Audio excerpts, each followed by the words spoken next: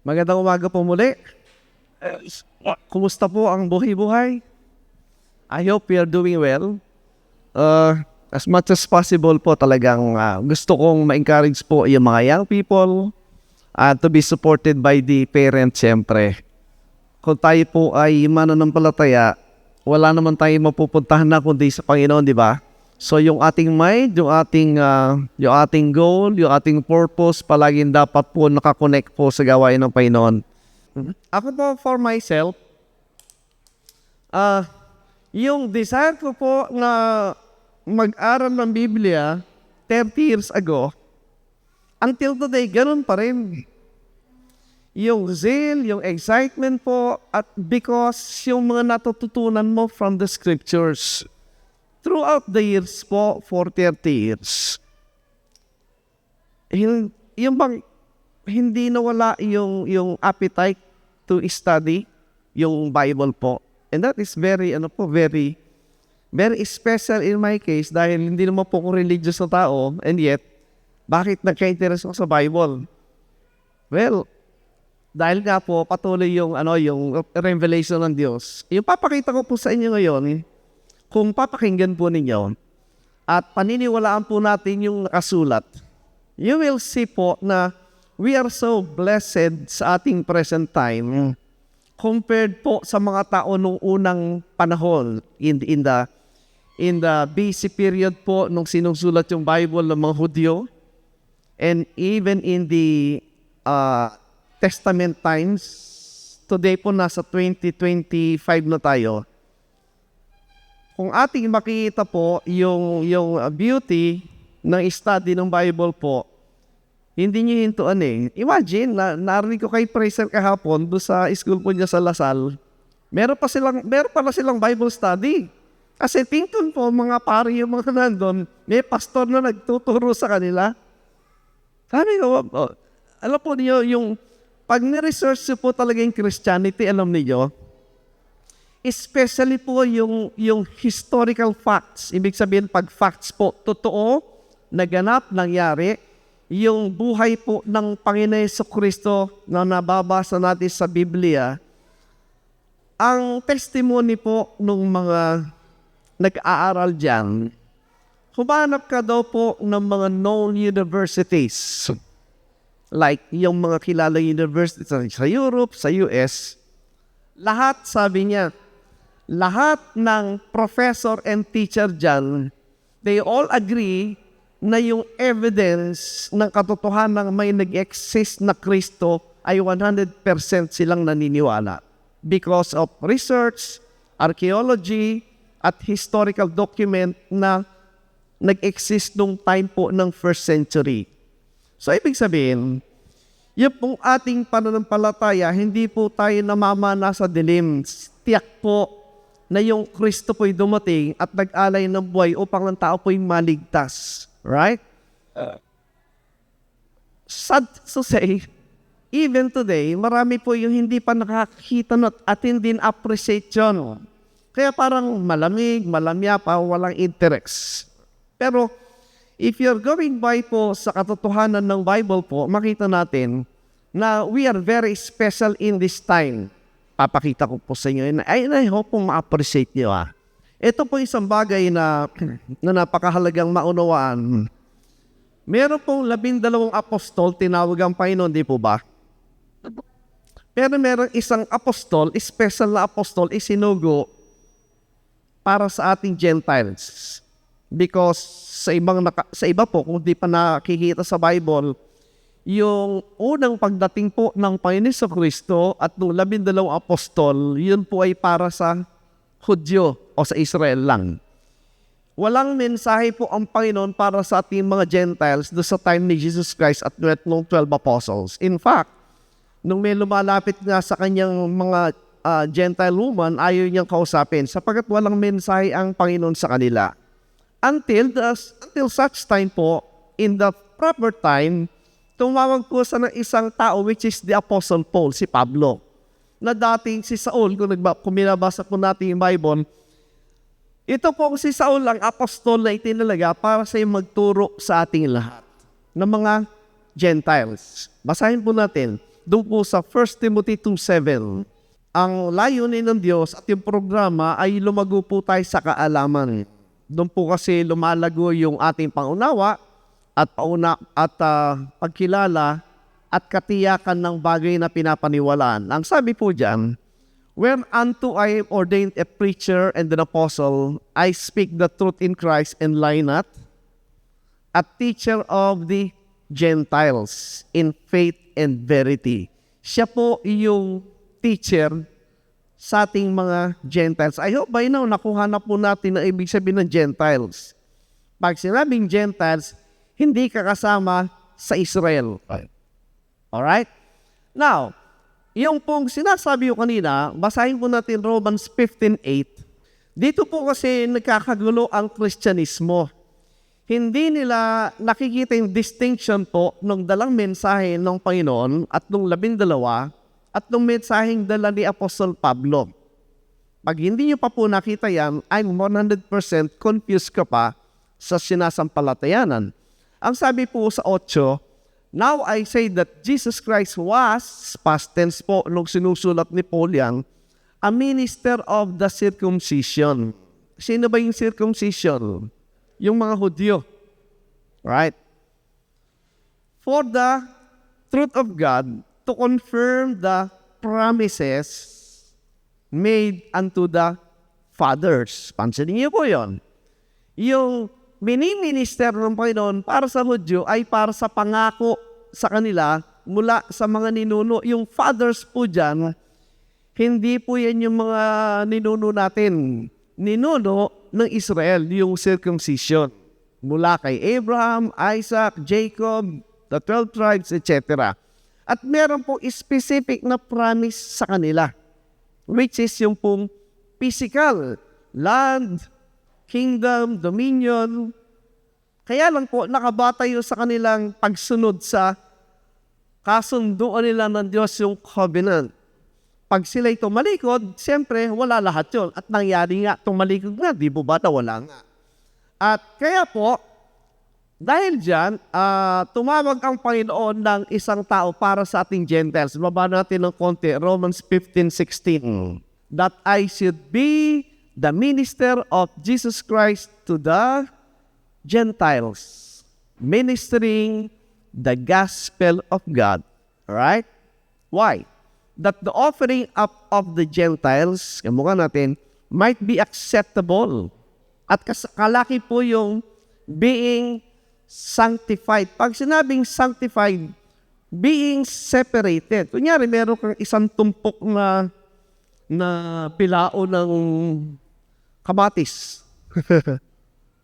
Sa isang tumpok na kamatis, sigurado merong bulok, di ba? Inaalis mo yung bulok. Hinihiwalay na yung bulok doon sa magandang kamatis. Yun po yung sanctification. Yung Gentiles po ang sabi na makaunawa doon sa gospel na sinasabi ni Pablo, maseseparate siya in the sense ng kanyang nakikitang katotohanan. Nag-iiba ang isip po na isang taong natututo sa salita ng Diyos in comparison sa mga ordinaryong taong nakakausap mo. Kasi po, pinupuno ng Diyos ng katotohanan ng kaisipan at hinihiwalay po yung mga bagay ng imagination, yung mga bagay na walang batayan, yung mga bagay na hindi tama, unti-unti pong hinihiwalay sa isipan ng isang mananampalataya as they grow po sa learning. Okay. So, ano pang halaga nito? Bakit po napakahalaga ni Pablo? Ito po yan. Tingnan niyo po Ephesians 3:1. For this cause I, Paul, the prisoner of Jesus Christ, for you, Gentiles. Ibig sabihin po, nung sinusulat ni Pablo ito, yan ang time po nakakulong pa sa Rome. Si Pablo po sa kanyang ministry, twice po siyang nakulong sa Rome. Una, nakulong siya, then pinalabas, and the second time kinulong na naman, ito po dito isinulat yung Ephesians. And the good thing po sa kanyang second imprisonment, dito po niya sinulat yung Ephesians at saka yung 2 Timothy na napakarami pong laman, Colossians, Philippians, nandun po yung laman halos ng katuruan ng Revelation para sa atin pong mga Gentiles. specific po para sa ating Gentiles. Tingnan niyo yung 2, verse 2. If ye have heard of the dispensation of the grace of God. Yung pong salitang dispensation, ang ibig sabihin po nun na stewardship, pagtitiwala, pagkakaloob. Okay? Pinagkaloob kay Pablo ang alin? Yung kaalaman, katotohanan po ng grace of God. Pero mapapansin nyo, hindi natapos sa kanya. Ang sabi niya, which is given me to you. Sino yung you? Tayo yun. Ano ibig sabihin? Pag pinag-usapan po yung dispensation, pinag-usapan po yung stewardship. Sa aking experience po sa maraming churches, pagka ang subject po ay stewardship, ano yung unang tinuturo sa mga member? Pera yan eh. Di ba? Yung sinasabi ni Pablo, hindi po yun. Anong klaseng stewardship? Tingnan niyo po. Kaya po palagi, ang ating binabatayan po, iniiwasan nating gumawa ng sariling interpretasyon o haka-haka upang nagsaganon, makita natin mismo yung isipan, yung layunin, yung katotohanan ng nais ipagkaloob sa atin ng Diyos sa pamagitan ng apostol. Kasi pag ang matatanggap mo ay yung haka-haka ng preacher, ng teacher, wala sa iyo yung truth, di ba? Ang nasa iyo, yung isip ng taong nagsasalita. Pero hanapin natin yung sinasabi mismo ng sumulat ng mga apostol, yun po yung nararapat kasi yun po ang katotohanan, di ba ba? Anong sinasabing stewardship dyan? Tingnan niyo po yung ni Pablo, 1 Corinthians 4:1. Let a man so account. Pag sinabi account, ano ibig sabihin? You will be accounted. Mukha ngayon, meron pinag-uusasang politika ngayon, impeachment. Para accountability ng mga leader natin, di ba? Kung tama yung ginagawa nila o mali, kailangan sagutin. Tayo meron. Let a man so account of us as of the what? Ministers of Christ. Sino yung ministers of Christ? Yun lang bang pastor, yung teacher? Hindi. Lahat ng member ng body of Christ. Tayong lahat po yung ministro ni Kristo. Kasi yung espiritong nasa pastor, espiritong nasa sayo rin eh. Anong limitation nun? Wala. Ang limitation nasa iyo. Kung hindi mo yan titingnan at aakuin bilang responsibilidad, di po ba? Ang sabi dyan, the ministers of Christ, tapos dinescribe niya yung minister of Christ, and the time of Paul, sila'y stewards of the what? Stewards of the mysteries of God. Ano ba yung mysteries? Basic po, ano ibig sabihin ng salitang mystery? Hindi po ba yun ang sikreto? Sometimes, ang secret ay, kunyari, may sikreto ko, sino makakaalam nun? Yung mahal ko sa buhay, yung kaibigan, di ba? Yung pinagtitiwalaan mo. Hindi, pag sinabing mystery po, ibig sabihin, secret yan eh. Hindi pwedeng alam ng lahat yan. Hindi na sikreto. Di ba? Hindi yung Deuteronomy 29:29. The secret things belong unto the Lord our God. So may secret things ang Diyos. But those things which are revealed belong unto us and to our children, that we may do all the words of this law. Tingnan yung context po ng Deuteronomy. Dito po sa Deuteronomy, may sinabing secret things ang Diyos, pero hindi revealed dyan. Ang revealed po dito, kasi ang kausap po dyan ay Israel, yung mga bagay patungkol po sa kanila. Concerning the what? The Old Covenant.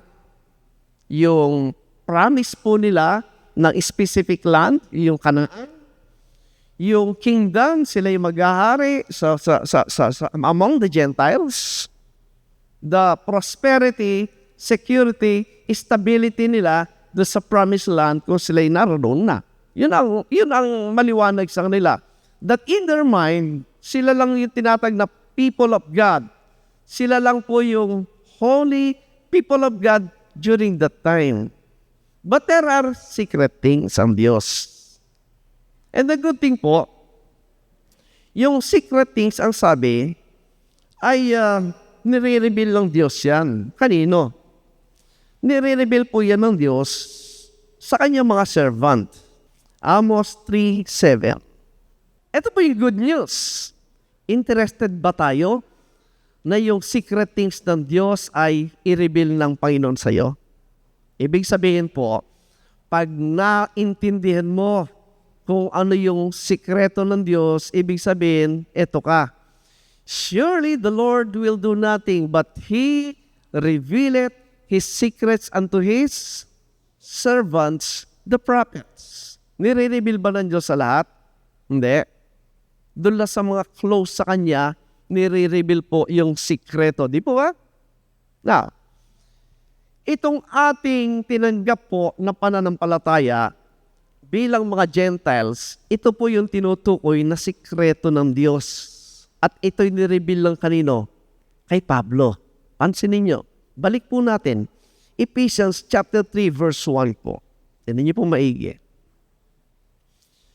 Ito po yung mahalagang maunawaan natin kasi pag ating inunawa, pinaniwalaan, mabibilang mo yung sarili mo talagang pinagpala ka ng Diyos sapagat wala pa po yung tinatawag ng age dyan na panahon, nasa isipan ka na ng Diyos. Hindi pa napakagandang maunawaan yon? Sa tayo. Alright? Yung dispensation, yung stewardship, yung pagtitiwala ng mga bagay ng biyaya ng Diyos, ibinigay kay Pablo at sa atin. Hindi dun sa biological Israel, kundi sa body of Christ. Right? Ano yung special natin doon? Verse 3 po, tinan nyo. How that by revelation. Tinan nyo po, contrast nyo po yung revelation at saka yung mystery. Special word po yan that give us a special na thinking ng relationship. Yung nakatagong lihim, sikreto ng Diyos, sinabi, pinaunawa. Alright? Now, sabi, how that by revelation. Pag sinabing revelation, special yan na communication ng Diyos between God and the Apostle Paul. Tama? Hindi yan nakukuha ng kahit sino. Special yan. He made known God. He made known unto me. Kay Pablo. The what? The mystery. Right? Interesado ba kayo doon? Di ba ang tao naman, ano siya, natural yung reaction mo pag may nagbulong sa iyo, hoy, alam mo ba, si ganyan, may sekreto. Ang unang tanong mo, bigla kang babangon, ano yun? Di ba? Interesado ng mga tao sa marites. Di ba? Mas maganda, ilagay natin yung ganyung reaction dito sa mas mahigit na mahalaga. Ako, palagi ako nanonood ng mga politika yung mga nasa Facebook, YouTube. Pero sa araw lang na yun, excited ka, bukas, wala na, sa ibang issue na naman. Di ba? Pero itong katotohanan ko, magtataka ka, in my experience, 30 plus years na, excited pa ako. Kasi marami pa akong nais maunawaan dyan. Tinan niyo ulit, stress.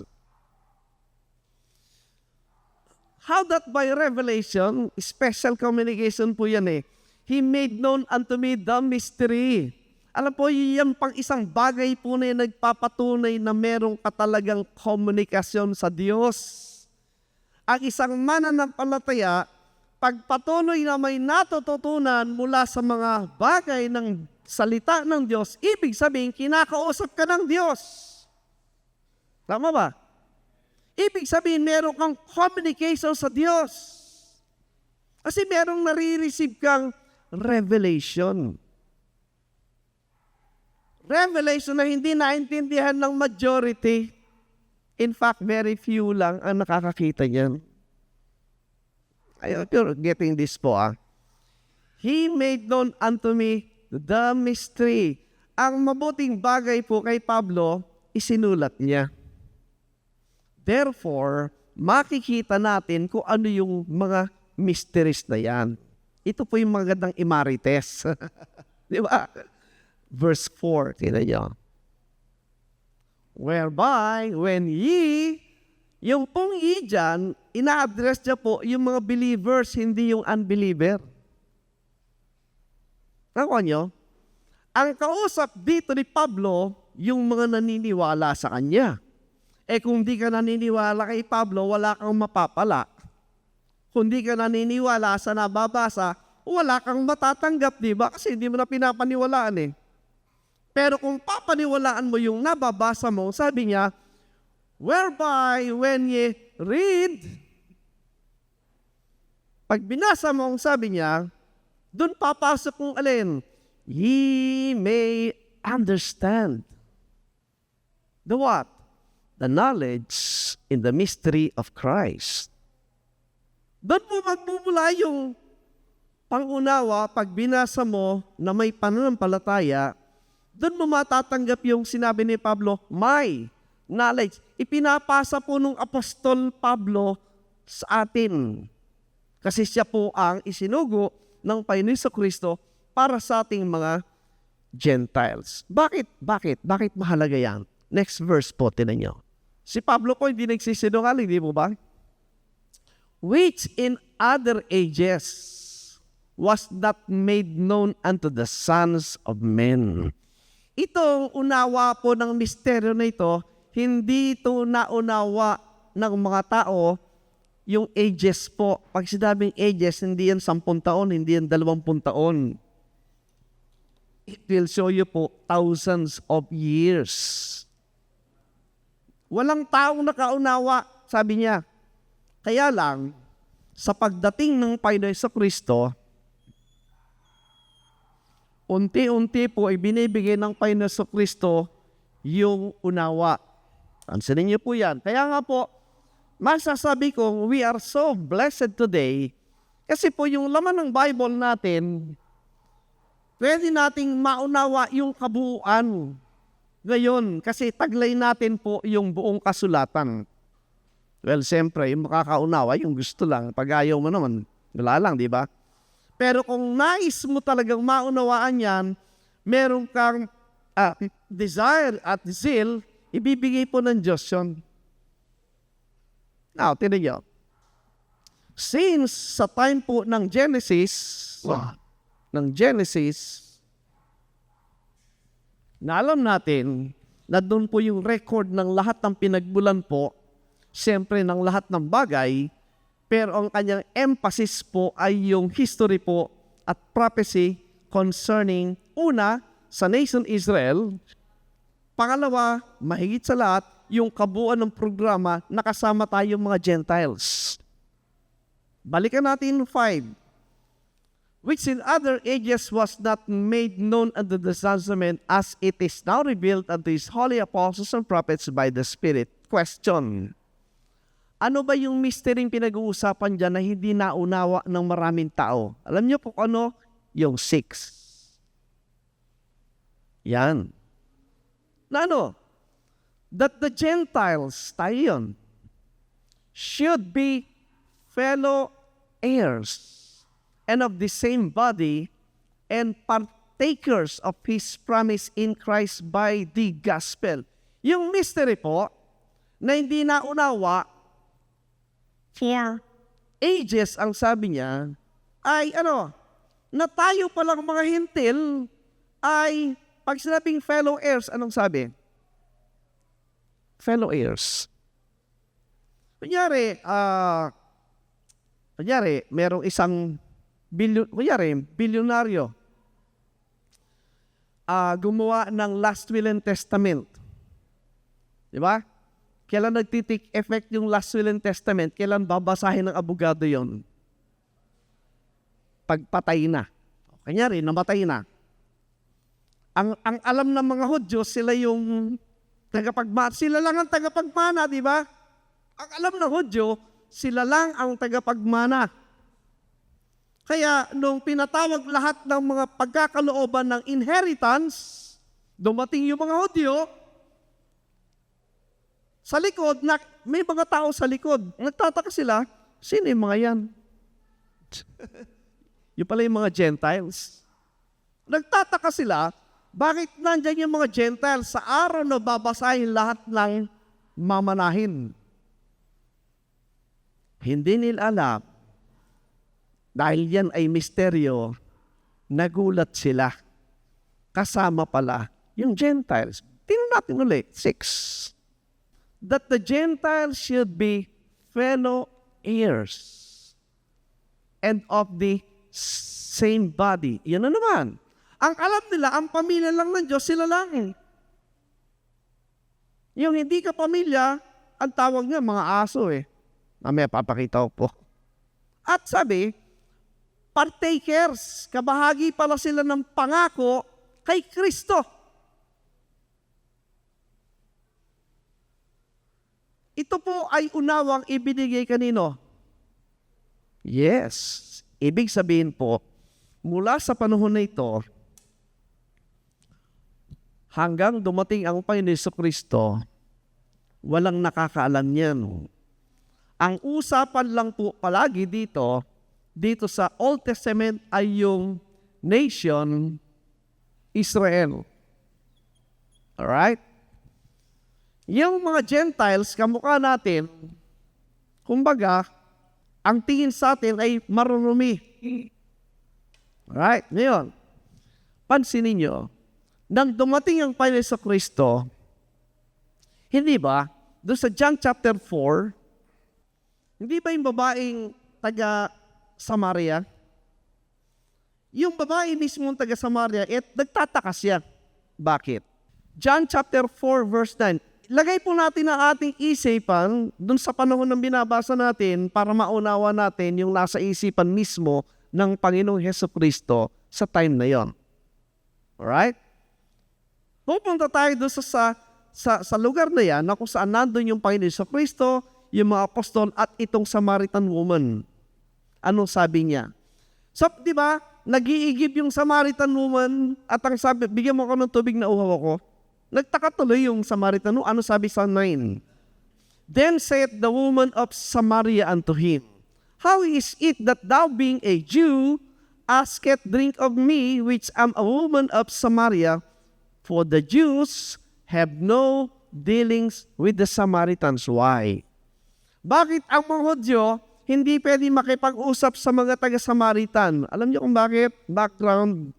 Kasi yung nasa Samaria po, originally, nandiyan po yung 10 tribes.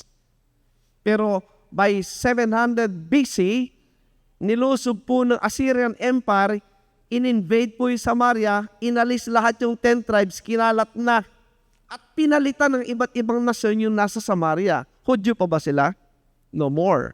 Gentiles na sila. Kaya, nagtataka yung babae mismo, ba't kinakausap mo ko? So, nakuha po niyo yung frame of mind ng mga tao sa John chapter 4. Yung mga Gentiles, walang connection sa Hudyo. Ganon din po yung mga apostol. Sabi niya, verse 27, nileledan ko po yung premise ng ating position being Gentiles, wala po talaga tayo sa isipan ng mga Hudyo na tayo ay kasama sa programa ng Diyos. Ano sabi yan? And upon this came his disciples and marveled that he talked with the woman. Yet no man said, What seekest thou or why talkest thou with her? Yun mismo mga disipulo sa isip nila, bakit kinakausap ng Panginoon Jesucristo itong Samaritan? Gentile siya. Nakuha po nyo yung frame of mind ng mga tao sa loob ng Bible. Wala tayong connection sa kanila kasi tayo po hindi binilang sa Israel na tinawag ng mga tao ng Diyos. Isa pa, Matthew 15. 23 muna. Yun pong babaeng taga-Kanaan, mga Gentile po, yung kamukha natin, humihingi ng tulong sa Panginoon kasi yung anak po niya sinasabing may sakit at inaalihan lang ng masamang espiritu kasi ganun po yung mindset ng mga Gentile. Pero ito po yung sagot ng Panginoon, no? But he answered her not a word. At ang masakit, and his disciples came and besought him, send her away. Lumapit yung mga disipulo, pinalalayas yung Canaanite woman. Kung ikaw yun nandun, di ba masakit?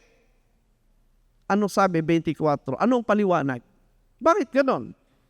But he answered and said, I am not sent, but unto the lost sheep of the house of Israel. Clear statement po yun. Yung ministry ng Panginoon, yung kanyang mensahe, ay specific lang, exclusive lang saan? Sa Israel. Next verse. Anong sinabi ng babae? Ito yung good thing sa babae. Hindi siya nagpa-discourage. There is one passage in the Bible po na natatandaan ko. Nung si David po ay nasa pressure na pinapatay ni Saul at maraming pinadalang kalaban, alam niyo sabi ni David, alam niyo reaction ni David, instead na ma-discourage, ang sabi niya, and David encourage himself to the Lord. Whatever the situation, ang sabi niya, the good thing kay David, hindi siya nagpadala sa sitwasyon. Then came she and what? Sinamba pa siya. Lord, help me. Wala na kasi siyang makitang pag-asa sa iba. Ito yung pag-asa ko, yung Kristo. 26. Alam niyo, madi-discourage ka kung ikaw yan eh. Sumagot yung Panginoon, no? But he answered and said, it is not meet to take the children's bread and to cast it to dogs. Imagine, tinataboy ka na nga, sinabihan na nga wala akong pwedeng sabihin sa'yo. Tapos ito, sumagot nga, ang sagot pa ay nako, hindi nararapat na ibigay yung tinapay ng mga anak niya at ibigay sa mga aso. Tinawag ng aso yung woman. Sino yung children niya at the time? Israel. Sino yung dogs? Gentiles. Tayo yon, dogs. Masakit. Pero yung babae po, he did not take it seriously. Ano sabi? 27. And she said, truth, Lord. Abang bira, hindi siya na-offend. Maybe no-offend kasi lahat naman may pride, pero pinigil niya for the sake of the benefit, the blessing at pagkilala niya kung sino yung kaharap niya. Truth, Lord. Yet the dogs eat of the crumbs which fall from their master's table. Totoo, Panginoon, dog ako. Pero ganun pa man, yung tinapay na kinakain ng mga anak mo, yung nalalaglag, kinakain ko pa rin. You see po yung humility ng babaeng woman na talagang nagpakumbaba na sa Panginoon. Kasi nakilala niya yung kaharap niya eh. Anong sabi? 28. And Jesus answered, grabe siya lang pong sinabahin ito sa Bible. Said unto her, O woman, great is thy faith. Sabihin sa iyo ng Panginoon yung pagharap mo, O woman, great is thy... Kasarap, di ba? Sabihin mo sa nung Panginoon sa harap, mag-uusap kayo. Be it unto thee even as thou will, and her daughter was made whole from that very hour. You see, yung katotohanan sinabi ng Diyos, hindi na-offend yung babae. Tama bang attitude? Yes, dapat ganun din po yung mga marurunong sa Biblia. Pag may nakita katotohanan, dapat di na-offend. Tingnan talaga kung totoo. The sad fact, maraming na-offend sa teaching, lalo na sa mga religious crowd. Tama? Now, ganon din po kay Peter. Yung Acts 10, pinakita ko last time, review lang natin. Sa Acts 10 po, iso-shortcut natin, ito yung time na yung Panginoon, dahil si Cornelius, isang Roman centurion, talagang nais niyang makilala ang Diyos at siya'y tumutulong sa kapwa. Ang sabi ng Diyos, kinausap si Peter, Peter, merong lalaki doon, kausapin mo. Yung lalaki po'y hentil. Sa isipan ni Peter, hindi dapat kasi bawal kausapin ng Gentiles. Alright? Ano sabi? Hindi mo maigi, mga kaibigan, mga kapatid. And he became very hungry, nagutom si Peter, and would have eaten, but while they made ready, he fell into a trance. So kumain, nagutom, meron siya nakitang parang vision, verse 11. Pag pinaniwalaan po natin, nababasa natin, maintindihan natin, tayo mga Gentiles, nandito na sa Genesis, sa program ng Diyos. Tignan niyo. And so heaven opened and certain vessel descending unto him as it had been a great sheet at the fourth. Parang merong yung lamesang ganon, parang merong mantel, binaba, may laman, 12. Ano yung laman? Wherein were all manner of what? Four-footed beasts of the earth, wild beasts and creeping things and fowls of the air. Ito po mga bagay nito, pag binasa niyo po yan, maintindihan niyo si Peter sa sasagot niya. Verse 13. And there came a voice to him, Rise, Peter, kill and eat. Ang sabi ng Panginoon, O Peter, tumayo ka, patayin mo yung mga yan at kainin mo, ang sabi niya. Nagulat si Peter, bakit kaya? 14, ano sagot niya? 14. But Peter said, Not so, Lord, for I have never eaten anything that is common or unclean. San kumukuha si Peter ng kanyang isinagot? Babalik ka po sa Leviticus 11. Yung mga unclean animals, bawal kainin. Yung hito. Makain kay hito? Wala kumakain ng hito dito? Bawal yun sa Hudyo. Baboy. Marami sigurong baboy. Bawal yun sa Hudyo. Siguro ganun na nakita ni Peter. Alright? Anong sabi? 15.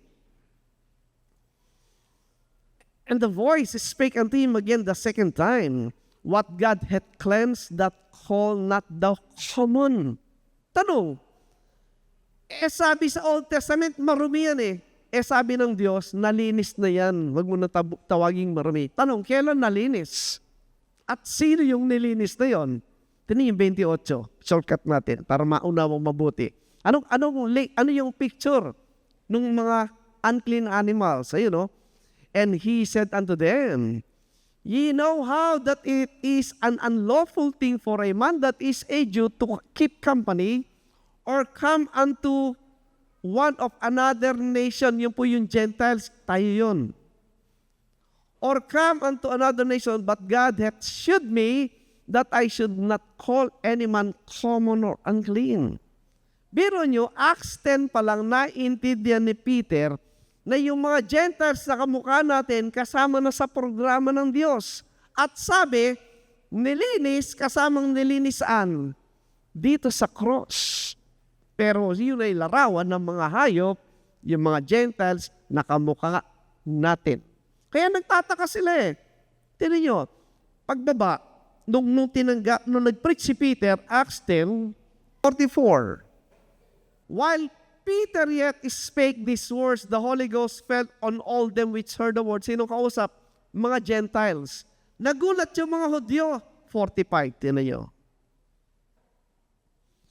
And they of the circumcision which believed were astonished. Bakit? As many as came with Peter. Bakit? Because that on the Gentiles was poured out the gift of the Holy Ghost. Alright? Di ba? Mapapansin niyo, dito, sa time na ito, marami yung nagtataka na bakit yung Gentiles ay kasama na samantalang inilarawan sila na as unclean animals. Tama ba? Tinawag na dogs, tinawag na mga creeping things and fowls of the air. Tatanggapin niyo ba yon? May choice ba tayo? Wala. Kasi that's how God, yun po yung language na ibinigay nung time po na isinulat yung Biblia. Anong katibayan? Ito po yan. Kaya, hindi maunawa ng mga Hudyo yan. Na, tinin niyo yung 1 Thessalonians 2:15. Sa 14 po, yung Hudyong tinutukoy, sila yung pumatay sa Panginoon, sa mga propeta, at umuusig sa mga mananampalataya sa panahon ng Thessalonica. Ano pa yung isang bagay na ipinagbabawal nila? 16. Ayan o. Pinagbabawalan yung mga mananampalataya, to speak to the Gentiles. Galit na galit yung mga Hudyo sa mga Christians at that time kasi kinakausap nila, pinipreaching yung mga Gentiles. Kasi sa tingin nila, hindi tayo kasama sa programa ng Diyos. Ako nyo? Kaya, yung buong kaisipan mula sa panahon na ito, hanggang umiral sa panahon na ito, unti-unting pinapakita ng Panginoon sa Kristo, pero hindi pa rin nila maunawa. Hanggang dumating sino? Hanggang tinawag ng Diyos si Apostol Pablo. Ephesians 3 verse 5. Which in other ages was not made known unto the sons of men, as it is now revealed unto his holy apostles and prophets by the Spirit. Ano yung nire-reveal? Verse 6. That the Gentiles should be fellow heirs. Kailan nila naunawa unti-unti yan? Maybe this is around po nang sinulat ni Pablo yan, maybe this around 61 to 63 AD. The time nakakulong si Pablo po sa Rome. Kasi traditionally, namatay sa 65 during the time ni Nero, Emperor Nero, doon po sa pinugutan na ulo sa Rome. So dito pa lang po binibigay ang unawa na yon, and yet, hindi pa maunawa nung 12 apostles. Tingnan nyo yung 12 apostles, nakita naman natin, si Peter hindi yun ang unawa. Yung mga apostles sa Jerusalem, hindi nila unawa. Nagugulat na lang sila. Yung full understanding na tayo po yan, ay ibinigay kay Pablo, na tinawag na ating apostol. Romans 11:13. For I speak to you, Gentiles, tayo yan, inasmuch as I am the apostle of the Gentiles. Kung magbabasa ka ng Biblia, may nakita kang tinuro ng mga apostol at parang medyo kaiban sa turo ni Pablo, sino pipiliin mo? Sino? Sino ba yung kausap nung 12? Hudyo. Sino yung kausap ni Pablo? O di tayo? Then Galatians 2. Then 14 years after I went up again to Jerusalem with Barnabas and took Titus with me also. Pablo nagsasalita, bumalik sa Jerusalem. Bakit? Verse 2. And I went up by, revelation. Umakyat sa Jerusalem kasi meron siyang dalang revelation na hindi pa alam nung 12. And communicated unto them. Sa 12. Yung alin? That gospel that I preach among the Gentiles. Yung pinreach sa mga Gentiles sa kamuhan natin. But privately. Ibig sabihin, small group lang yung sinasabihan niya. Hindi lahat ng mga believers sa Jerusalem, which were of reputation. Sino may reputation sa Jerusalem? Siyempre yung leaders. Sino yung leaders? Yung 12. Sa 6. Ayan. But of these, sabi niya, who seem to be somewhat whatsoever they were, it make it no matter to God, God accept. For they who seem to be somewhat in, conference. Nagkaroon ng conference parang ganito. Si Pablo at yung mga apostol added nothing to me. Ano ibig sabihin? Siya yung nagturo sa 12 na hindi nila alam. Nakuha nyo? Kaya yung tinuturo ni Pablo, hindi pa alam nung 12. na tinuturo niya nun. Kaya, sa kanilang pag-usap, ang sabi, siya ang nagtuturo. Ano yung napagkayarian po? Doon tayo sa verse 7. Ito, but contrariwise, when they, the 12, saw that the gospel of the uncircumcision, sino yung uncircumcision? Tayo yun, Gentiles, was committed unto Paul, as the gospel of the circumcision was unto Peter. So may shifting, di po ba? May shifting. Bakit? Verse 8. For he that wrought effectually in Peter to the apostleship of the circumcision, the same was mighty in me toward the Gentile. Ang apostol para sa mga Hudyo, sino? Si Pedro. Sa Gentile, sino? Si Pablo. Clear po yan during this period. Medyo meron silang confusion dyan among the believers. Tuloy natin. Okay, verse 9. Dito po, itinuro ni Pablo yung gospel of Christ. Sa gospel of Christ, wala nang difference at Jew and Gentile, di ba? 2:11.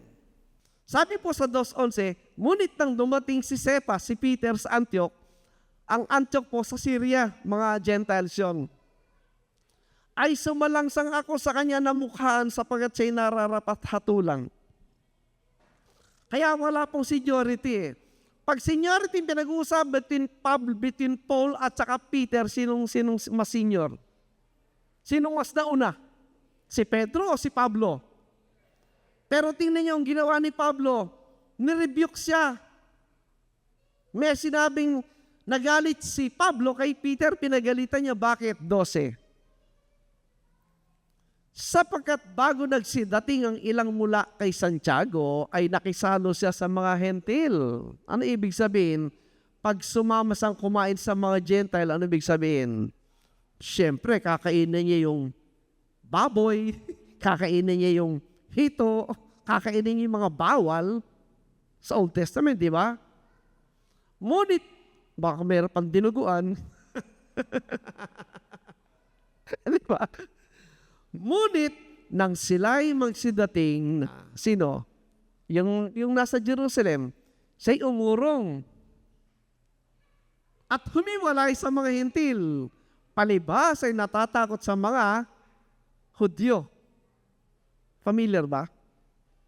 Marami tayong friends. Alam na totoo yung tinuturo natin. Pero dahil sa mga Hudyo, ay, huwag mo na invite si Pastor Boyet. Mga heretic yan. Kasi iba na yung turo. Kung natakot si Pastor Boyet, wala ako dito ngayon. Diba? Alam niyo, yung malaking problema dyan is marami. Ganun na lang, pareho pa rin yun yan. 13. Dahil sa ginawa ni Pedro, ano nangyari? Ang ibang mga Hudyo ay nangagpakunwari rin namang kasama niya. Ayun na mahirap, yung mga nagkukunwari. Ano ba't pati si Bernabe nabuyo sa kanilang pagkukunwari? Kasi yung mga nagkukunwari, naki-influensya pa. Pati si Barnabas nakuha nila. 14. Ito sabi ni Pablo. Si Pablo po walang pakialam. Ngunit nang aking makita na hindi sila nagsilakad ng matid ayon sa katotohanan ng Ebanghelyo, the Gospel of Christ, sinabi ko kay Pedro, kay Cephas sa harapan nilang lahat, kung ikaw na Hudyo ay namumuhay gaya ng mga hentil. There was a time, si Peter, lahat ng ginagawa ng Gentiles, ginagawa at kinakain niya. At di gaya ng mga Hudyo. Bakit mo pinipilit ang mga hentil na mamuhay na gaya ng mga Hudyo? Parang ni-reverse ngayon ni Paul sa harapan nila James na ang dapat na uri ng pamumuhay, hindi nakapunga ng buhay nyo, kundi yung buhay na ng mga hentil. Wala nang bawal na pagkain. 15. Tayo yung mga Hudyo sa katutubot, hindi mga kasalanang hentil. 16. Ito po yan, no? Knowing, ito na po yung tinuro ni Pablo na naunawa ni Peter, pero dahil sa pressure ng mga friends, nahihila siya. Knowing that a man is not justified by the works of the law, but by the faith of Jesus Christ. Ano yung faith of Jesus Christ? Ito yun, no? Hindi sa iyan, ito yung kay Kristo. Even we believe in Jesus Christ through this, that we might be justified, ipawalang sala, by the faith of Christ. Imagine yung faith ni Kristo po. Hindi yung sa atin na nagpapawalang sala at nagligtas sa atin. And not by the works of the law, for by the works of the law shall be flesh be justified. Hindi ba good news yun? Hindi nakabatay sa iyong pananampalataya ang kapatawaran at kaligtasan. Bakit? Ang pananampalataya po namin mamaya, okay, bukas hindi na eh. Tama ba? Pero yung faith of Christ, established, secured. Diyan po tayo nakakapit. Diyan po tayo naka-identified sa pananampalataya ni Kristo, hindi yung sayo. Kasi pag sa atin, ay hindi yan. Maya-maya meron, maya-maya wala. Kaya yung marami ang sabi nawawalang kaligtasan kasi in their own experience, kasi ako, may pananampalataya, bukas wala na, kaya nawawala. Wrong. Ang basis ng salvation mo, hindi yung faith mo, yung faith ni Kristo. Ang part mo lang doon is what? We believe the faith of Christ. Nakuha po nyo? Ayaw, by this time, naintindihan na po natin yan. Nawala sa unawa po ng marami, di ba? Balikan natin, Ephesians 3:5. Which in other ages was not made known unto the sons of men, as it is now revealed unto his holy apostles and prophets by the Spirit. What is the mystery? Verse 6. Na na-reveal lang sa time na yon, that the Gentiles should be fellow heirs. Kung ikaw ay Hudyo, magugulat ka talaga dyan. Ano? Sa haba ng panahon, di namin naalam yan. Na yung mga maruming tao pala na yan. Kasi sa thinking ng mga Hudyo, sila lang banal. Sila lang upright. Sila lang, di ba? Yung mga Pharisees talaga naman yung pride nila at tinahatulan, di ba? Sa tingin nila, yung mga hentil, marurumi, mga kasalanan, dapat parusahan. Nagulat sila, ano? Yung palang mga marurumi kasama pala sa plano ng Diyos. Yung Gentiles. Bakit hindi naunawa? Tignan po, Ephesians, itaas natin ng konti. So, 1:16. Cease not to give thanks for you. Ako, nagpapasalamat po ako. Itong mga nakikita po katuron for how many years? Ang pero sa Panginoon, magpakita ka sa akin ng mga taong nagnanais na makaunawa ng mga bagay na ito. And lo and behold, sa Facebook, si Pastor Boyd at Brother Mark, nag-response. Wow, out of the blue, di ba? At ngayon, nandito tayo. Ano yung prayer po? Next verse. Ito po yung prayer ko palagi. That the God of our Lord Jesus Christ, the Father of glory, may give unto you the what? The spirit of what? Wisdom and revelation in the knowledge of Him. Kaya po, I don't expect numbers.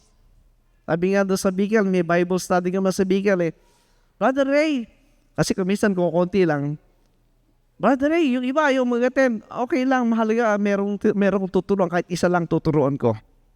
Kahit isa lang po yung maupo dito, yung zeal ko at yung aking desire, yung energy na ito, pareho rin. Kahit isa lang yun nandyan. I'm not looking after number kasi yung Diyos hindi naman eh. Hindi po naman lahat binibigyan ng Diyos yung wisdom, revelation, and knowledge sa lahat. Because God knows people. God knows people. God knows what's in the mind, yung purpose ng tao, yung kanyang motive in handling the Word of God. God knows it. Hindi mo pwedeng i-fake ito. Yung mga tao pwede mong i-fake. Looking mabait si pastor, very good si pastor, caring si pastor, etc. Hindi yun ang kailangan ng Diyos. Ang kailangan ng Diyos, i-minister itong mga ito. Why? Ang daily po ng Diyos individual, hindi by group. Tama niyo? Kaya ang question, how well, how deep, how wide you know God? Ikaw yung sasagot doon sa inyong dalawa ng Diyos eh. Gaano kalalim mo kilala ang Diyos? Yun po yun eh. And there you will understand yung stewardship, yung ibinigay ng Diyos sa ating lahat, what's the purpose? Ako po, ayaw mo ba't hindi ako matuto mag-gitara? Hindi ako matuto instrument? Hindi ko alam eh. Pero marunong kumanta. Ibig sabihin, hindi ko gift yun. Meron sa inyo, kung meron kang gift sa music, use it for the glory of God. Kung meron kang gift sa teaching, use it for the glory of God. At ayusin yun. And use it for the Lord. Because I believe meron accountability talaga when the time comes. Kasi may binigay ang Diyos sa ating lahat. Imposibleng wala. Meron at meron. To build, to edify the body of Christ. Meron tayong lahat. Kaya ang sabi ni Paul, stir up the gift which is in thee. I-develop mo yung gift na nasa iyo and to use it for God's glory. Huwag lahat physical. Huwag lahat you want to please people. No, please God. Serve God. And everything follows po eh. Right? Now, balik tayo. That the God of our Lord Jesus Christ, the Father of glory, may give unto you the spirit of wisdom and the revelation and the knowledge of Him. Yun po yung prayer ko rin sa inyo lahat at ni Pastor sa inyo lahat. Kaya pinili po niya ako eh. Kasi yung mini-minister natin Word of God for the edification ng body of Christ. Yun po niyo, ang sabi ni Pablo, until I travail again in birth, until Christ be formed in you. Ano ibig sabihin? Christ be formed in you. Nasaan ba si Christ? Nasaan? 1 Corinthians 2:16, tiniyo. For who hath known the mind of the Lord that He may instruct him? But we have, present po, hindi future yon. Every believer, you have the mind of Christ. What is the purpose? Para turuan ka ng Panginoon. Through the words. At as time passes by, as we are learning these things, alam mo yung matutunan natin in the long run? Ako sa mind ko na yun, though, siyempre, we're not perfect in understanding at applying yan. Di ba we are the temple of God? Tama? God is dwelling where today? In every believer. Tama? So, what's the effect? Ano yung consequence niyan sa buhay mo if you have that understanding? Paano makita ng mga tao yung Diyos? Through whom? Through you. Kasi God is in you eh.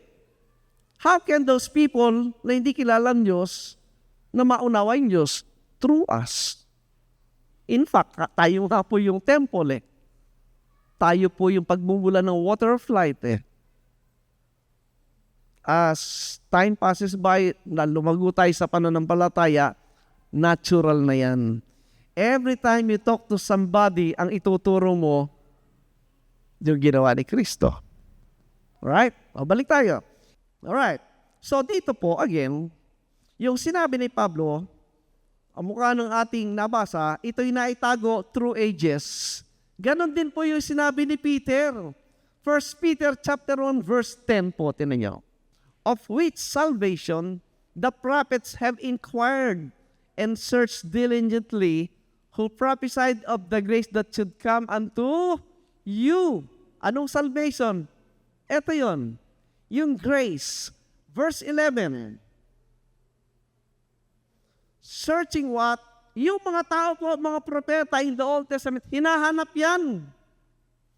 Searching what or what manner? Anong paraan dadating yung grace of God, sabi niya? Manner of time the Spirit of Christ which was in them. Imagine, itong mga prophets na nandito, ang sabi niya, yung spirit na nasa kanila ay kanino? Spirit of Christ, which was in them, did signify. Tignan yung mga wordings mahalaga. The manner po ng kanilang pagtuturo is through science. When it testified beforehand the sufferings of Christ and the glory that should follow, His resurrection, ascension. Verse 12. Unto whom it was revealed that not unto themselves. Pero, yung signs, yung symbol, hindi na-reveal sa mga propeta.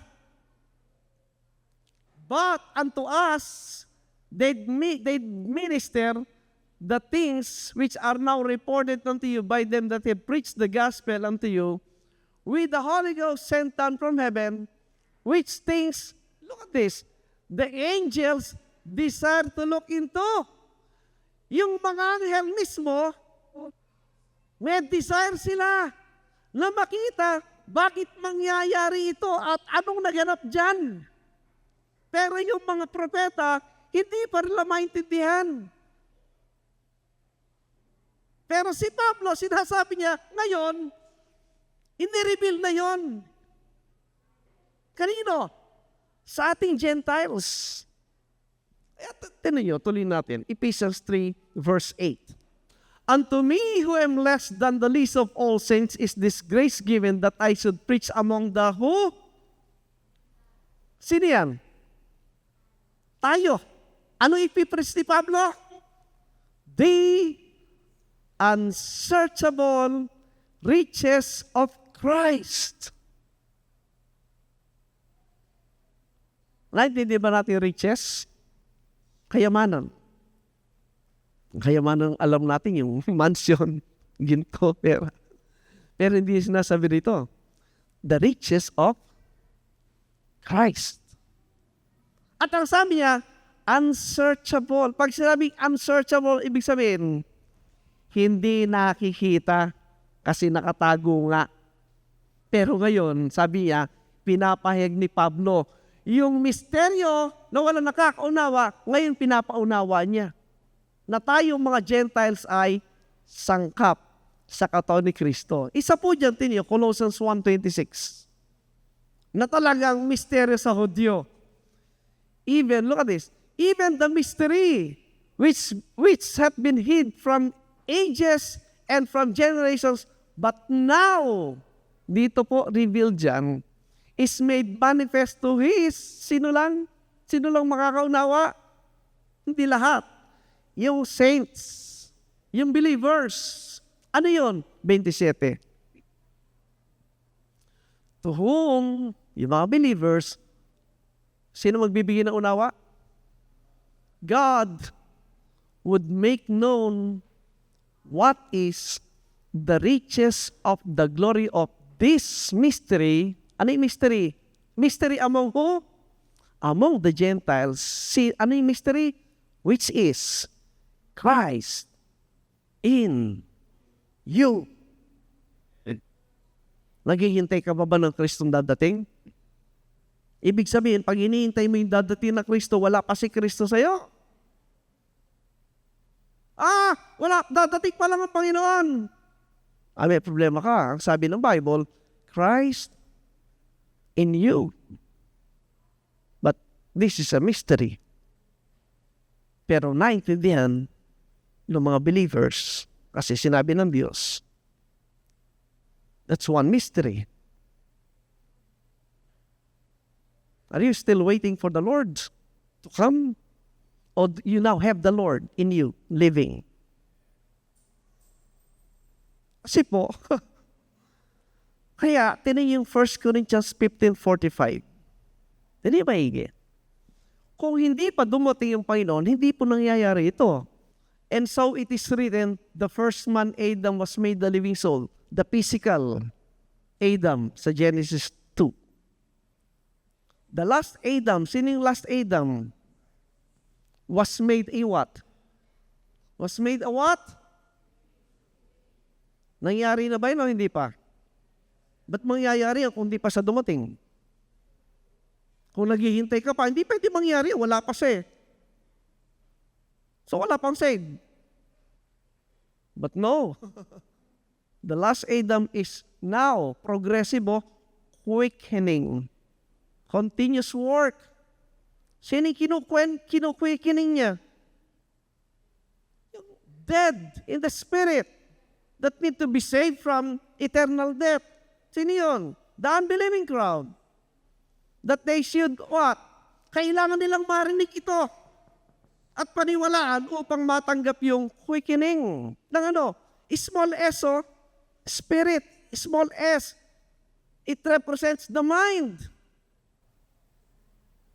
Then Ephesians 4:23, and be renewed in the spirit of your mind. Christ is living today, present today, quicken as a quickening spirit, at nasan yun?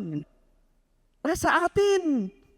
Because Christ is in us, and we need open our mouth, nirelease mo yung spirit that may quicken po yung unbeliever, yung dead people, yung mga patay sa espiritu.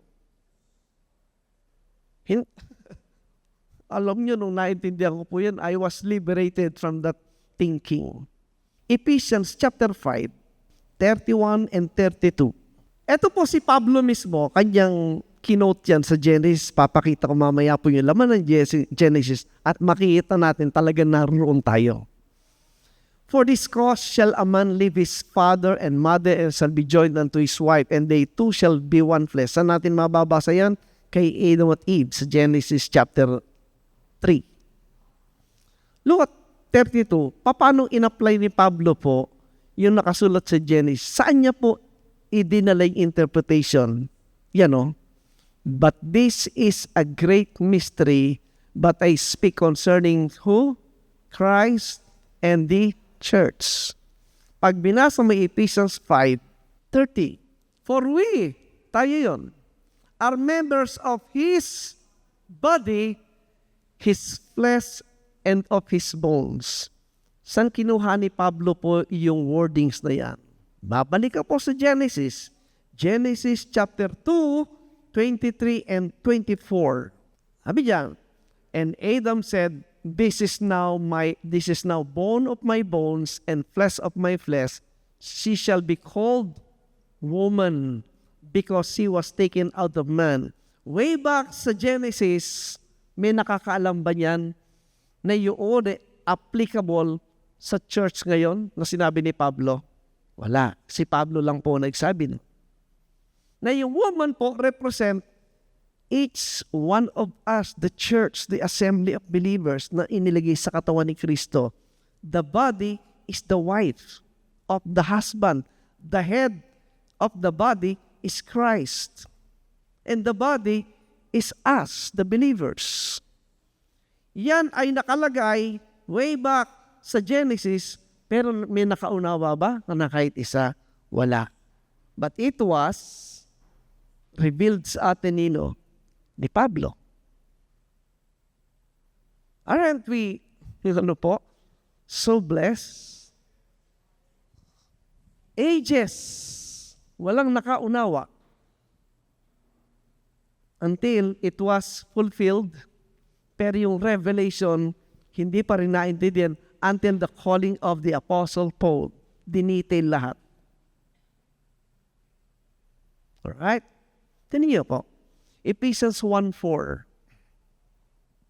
Ako po, pag binabasa ko to, talaga magtitiwala sa Panginoon. Before na pinanganak ka pa, alam ka na at kilala ka na niya at nakatalaga na. According as He hath chosen us, the believers, in Christ. Kailan? Before the foundation of the world. That we should be holy and without blame before Him in love. Kung dapat kang kilabutan sa kaligayahan, ito yun. Secured ka. Why? Before the foundation of the world, you were already chosen by God. Aren't we happy? 2 Timothy 1:9 po, tira niyo. And I will show you mamaya kung bakit sinabing before the foundation of the world, who hath saved us and called us with an holy calling. Ito po, ang salvation po, secured na yan, na not according to our works, but according to His own purpose and grace, which was given us in Christ Jesus kailan? Before the world began, ang kaligtasan po hindi sa gawa. Alam ng Diyos kung ano yung tao. Kaya ang kaligtasan, before the world, ay nakatalaga na kay Kristo. Sa ginawa ni Kristo. And the good thing po, doon na yung promise at program ng Diyos, kasama na tayo doon. In God's foreknowledge, nakita niya na kung sino yung maniniwala o hindi. Ano yung John 6:64? Yan po yung foreknowledge. Before time, nakita na ng Diyos lahat. Sa Diyos po, walang nakakalimutan. Sa Diyos, ay parang mali. Sa Diyos, wala po yung plan B. Yung plan B ba ang Diyos? Sabi ng mga dispensational, kasi hindi tumanggap yung mga Hudyo, kaya pinospone yung plano ng Diyos. Pinospone? Ano yun? Wala pang foreknowledge ang Diyos. Di ba? Look at this. But there are some of you that believe not. For Jesus knew from the beginning who they were that believed not and who should betray Him. Alam ng Diyos kung sino yun. Yun po yung election at foreknowledge ng Diyos. Hindi namili ang Diyos ng ililigtas, hindi. Sa foreknowledge ng Diyos, nakita niya kung sino yung maniniwala o magre-reject. Kababaw naman ang isipin nung pinili ng Diyos yung maligtas, hindi. Kung gusto mo maligtas, hindi ka pala pinili. Kasi hindi ka pinili, kaya hindi ka ligtas. Kalokohan yon. Pag sinabing chosen, predestined, the basis yung foreknowledge ng Diyos. For whom He did foreknow. Before time, nakita na ng Diyos, He also did predestinate, etc. Yun po yung foreknowledge. Right? Ngayon, eto po yan, mga kaibigan. Bakit sinasabi ni Pablo na before the world? Tingnan niyo po yung Genesis 1:26. And God said, let us make man in our image, after our likeness, and let them have dominion over the fish of the sea, over the fowl of the air, over the cattle, and over all the earth, and every creeping thing that creepeth upon the earth.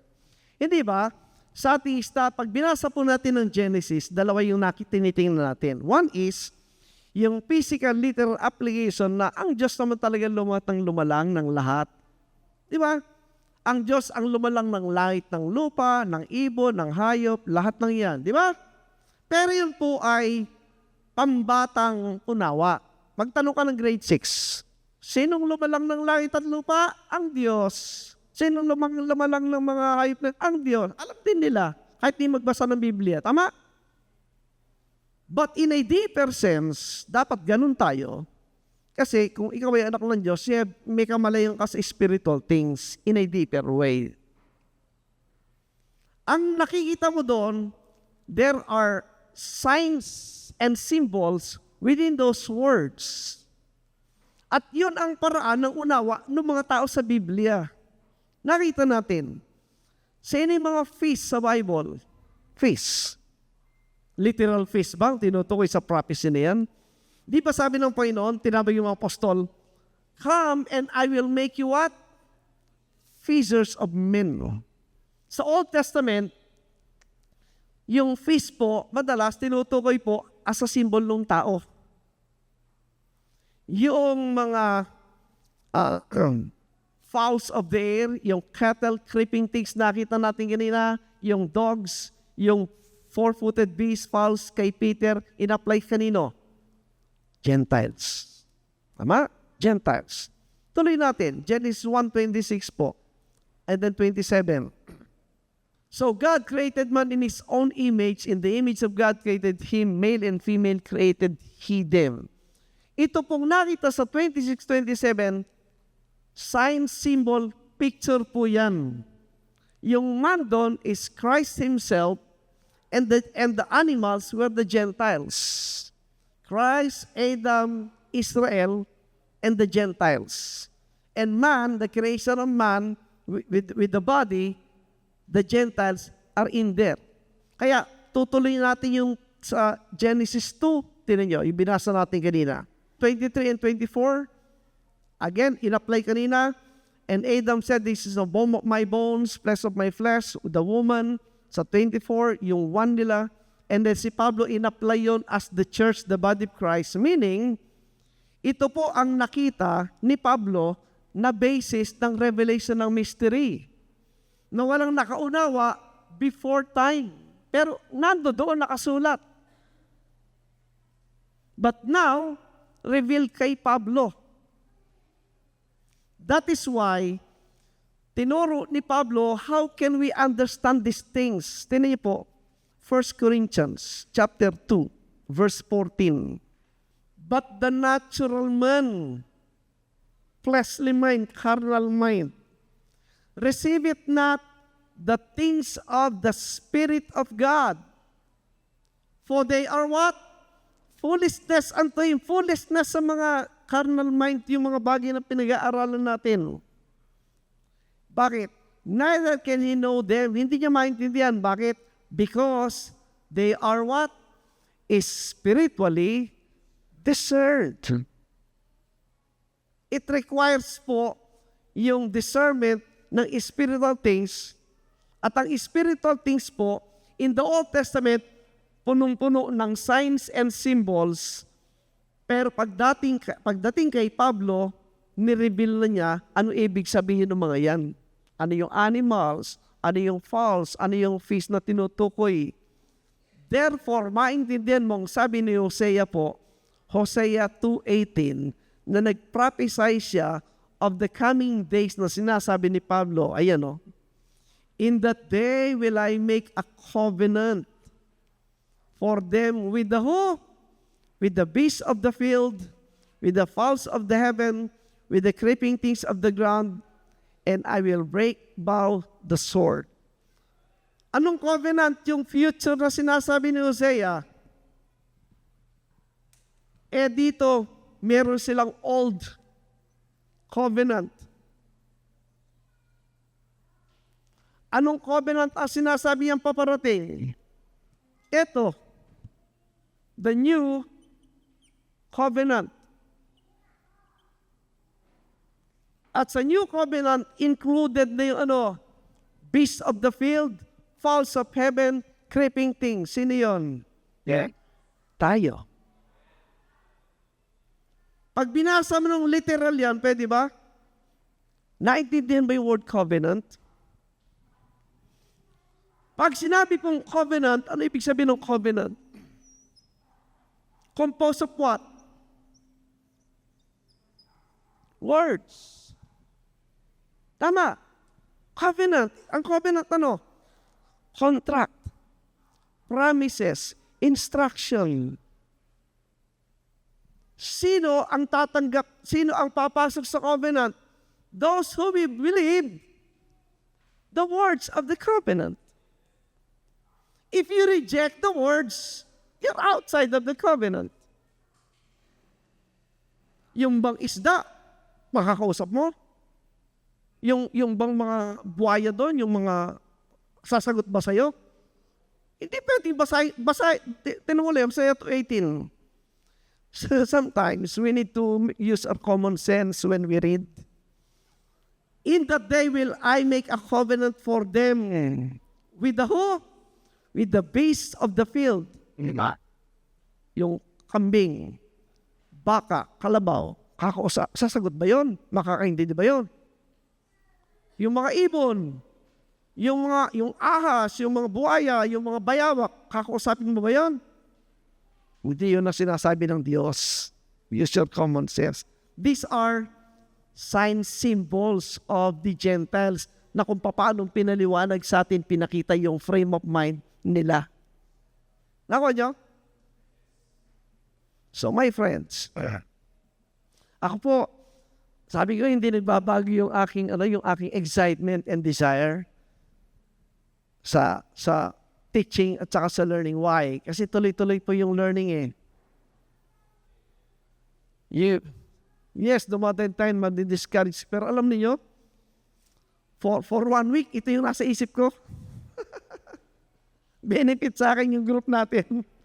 Napipressure ako magturo kasi mayroong mga naghihintay. For me, it's a benefit kasi natututo ko. But God is so good. Yeah, God is so good. You want God's blessing, presence, and everything in your life, spend more time sa Word of God. Whatever is happening sa ating physical life, okay lang yan. Kasama mo yung Diyos sa paglago. While you are living in this physical world, you are learning of the things of God. Sabay po yun. And God will use each and every one of us.